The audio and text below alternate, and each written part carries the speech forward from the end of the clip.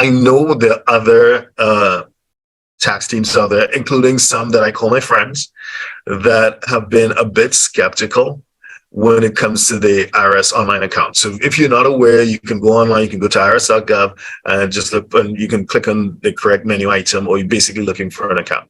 So finally, for those of us who reside outside of the US, so like in Singapore or parts of Europe, or, other parts of Asia, it has long been the custom when it comes to governmental affairs or interacting with the government, you're a resident of that jurisdiction, like I'm a resident of Singapore, that you will get a login to get into a government portal.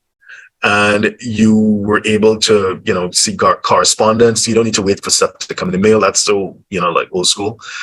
Any correspondence from the tax office or whatever, it will be clearly there for you to see, what your tax bills are. You can see your history of payments and stuff like that. So easy to deal with. So the IRS, like a couple of years ago, 2-3 years ago, I think they started doing that generally. And I know that some of my great friends, they have been a bit skeptical, saying, the government is out for your data. They want to know where you are. They're tracking you, whatever. Okay. Again, I get that there are privacy concerns, but it has been such a lifesaver, not just for my clients, but for me personally. So I have an IRS account as a tax professional, but also as a taxpayer, U.S. taxpayer myself.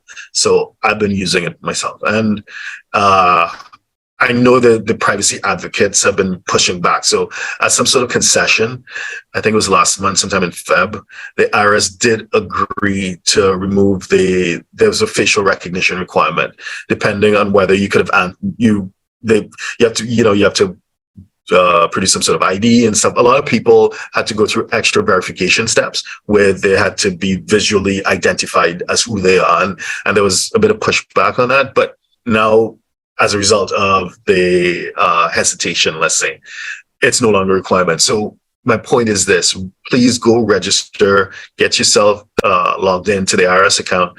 When you live outside, and for example, if you live somewhere like Singapore, where it takes a really long time for mail to get from the US to Singapore, so many times IRS notices are late and people get into trouble because, the mail service delivery is late, or you may have moved address.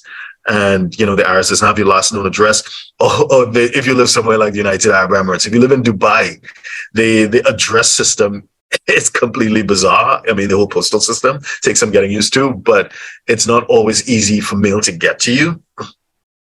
Log into your IRS account and keep up to date on what your make sure your tax payments have gone through, make sure you're getting the latest correspondence, make sure they're aware of your latest address, et cetera, et cetera, et cetera. So the facial recognition requirement has been removed. Get online, get onto the IRS portal. Okay, so that was that point.